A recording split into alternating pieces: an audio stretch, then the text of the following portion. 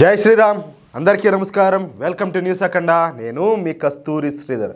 మిత్రులారా, మీకందరికి కూడా ఒక అద్భుతమైన ఇంట్రెస్టింగ్ న్యూస్ అయితే తీసుకువచ్చిన. చాలామంది క్రిస్టియన్లు భారతీయ జనతా పార్టీలో జాయిన్ అయినారు. ఇదేంద్రా స్వామి, క్రిస్టియన్లు ఏంది వచ్చి బీజేపీలో జాయిన్ అయ్యేది అని చెప్పి మీరు అనుకోవచ్చు. ఈ న్యూస్ చూడండి ఒకసారి. 100% మీకు బాగా నచ్చుతుంది. ఈ న్యూస్ని మీరు బాగా ఎంజాయ్ చేస్తారు. ఓకేనా? కేరళలో మునంబం అనే ప్రాంతం ఒకటి ఉన్నది. ఈ మునంబం ప్రాంతంలో 650 కుటుంబాలు నివసిస్తూ ఉంటాయి. వీళ్ళలో 90% కుటుంబాలు క్రిస్టియన్లవే. అంటే దాదాపుగా 600 కుటుంబాలు వచ్చేసి క్రిస్టియన్లే. మిగతా 50 కుటుంబాలు హిందువులు. అయితే ఈ మునంబం ప్రాంతంలో నివసించేటటువంటి ఈ 650 కుటుంబాలు కూడా మత్స్యకార కుటుంబాలు అన్నమాట. అంటే వీళ్లకు చేపలు పట్టడం ఒకటే జీవనాధారం. పాపం వీళ్ళకి అది తప్పితే వేరే పని అయితే తెలియదు. అది సరే, వీళ్ళు ఎప్పటి నుంచో కూడా అంటే తమ తాత ముత్తాతల కాలం నుంచి తమ కులవృత్తి అటువంటి ఈ చేపల పట్టడాన్ని వృత్తిగా చేసుకొని బ్రతుకుతారు. ఇక ఈ మునంబంలోని ఈ 650 కుటుంబాల పూర్వీకులు 1860లో, ఇప్పుడు 1860లో ఫరూక్ కళాశాల నుంచి ఈ మునంబంలో భూములు కొనుగోలు చేశారయ్యా. ఈ మునంబం మొత్తం వైశాల్యం వచ్చేసి 404 ఎకరాలు. ఇక భూములు కొనుగోలు చేసినప్పటి నుంచి వాళ్ళ తాత ముత్తాతల నుంచి అందరూ కూడా అక్కడ ఇల్లు కట్టుకొని అయితే బతుకుతారు. అయితే ఈ మధ్య కాలంలో కేరళ వక్ఫ్ బోర్డు ఈ మునంబంలోని 404 ఎకరాల స్థలం మాదని చెప్పేసి ఆ స్థలం మాత్రమే కాకుండా అక్కడే ఉన్నటువంటి ఆ ఇళ్ళు ఇతర ఆస్తులు కూడా ఈ మాయేనని చెప్పేసి ఒక బహిరంగ ప్రకటన అయితే విడుదల చేశారు.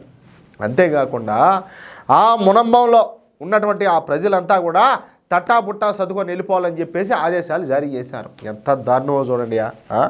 అయితే ఈ మునంబంలో ఉండేది మెజారిటీ ప్రజలు వచ్చేసి క్రిస్టియన్లు. చెప్పినా కదా, 650 కుటుంబాల్లో 600 కుటుంబాలు క్రిస్టియన్లే. హిందువులు చాలా తక్కువ. దీంతో మునంబంలోని క్రిస్టియన్లు ఈ విషయాన్ని తమ చర్చి దగ్గరికి తీసుకొమ్మినారు. అంటే వీళ్ళ కష్టం వచ్చినా నష్టం వచ్చినా ఏమొచ్చినా కూడా ముందు పోలీస్ స్టేషన్ కంటే ముందు పోయి వీళ్ళు చర్చికి పోతారనమాట. ఇక చర్చి పెద్దలు నేరుగా కేరళ ముఖ్యమంత్రితో చర్చించారయ్యా. అయినప్పటికీ ఆ ప్రాబ్లం అయితే సాల్వ్ కాల. ఎందుకంటే కేరళ కమ్యూనిస్టులకు ముస్లింలు ఓటు బ్యాంక్గా ఉన్నారు. కాబట్టి కేరళ ముఖ్యమంత్రి పినరయి విజయన్ ఈ విషయంలో చేతులు ఎత్తేసినాడు. నేనేం చేయలేను ఆయన ఈ విషయంలో అన్నట్టు. ఇక ఈ చర్చి పెద్దలు ఏం చేశారు తెలిసిన, ఈ కమ్యూనిస్టుల తర్వాత కాంగ్రెస్ నాయకుల దగ్గరికి వినారు. అయితే కాంగ్రెస్ పార్టీకి కూడా దేశవ్యాప్తంగా ముస్లిం ఓట్లు కావాలా, కాబట్టి వాళ్ళు కూడా మేమేమి సాయం చేయలేమని చెప్పేసి వాళ్ళు కూడా చేతులు ఎత్తేస్తారు. ఇక ఈ కేరళ చర్చిల బిషప్లు అందరూ కలుసుకొని కలమాట్లాడుకొని బీజేపీ నాయకులు అయితే సంప్రదించారు. అంటే ఫస్ట్ కమ్యూనిస్టుల దగ్గర వినారు, తర్వాత కాంగ్రెస్ వాళ్ళ దగ్గర వినారు.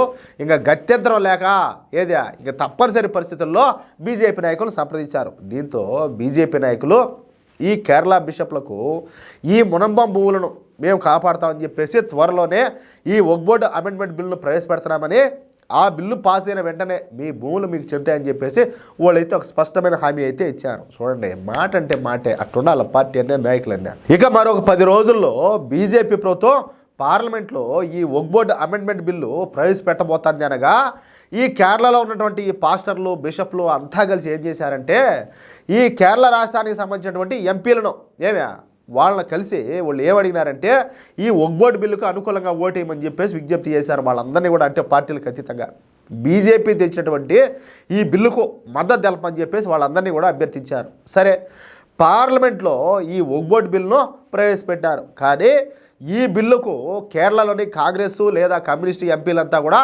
వ్యతిరేకంగానే ఓటేస్తారు. అర్థమవుతుందా?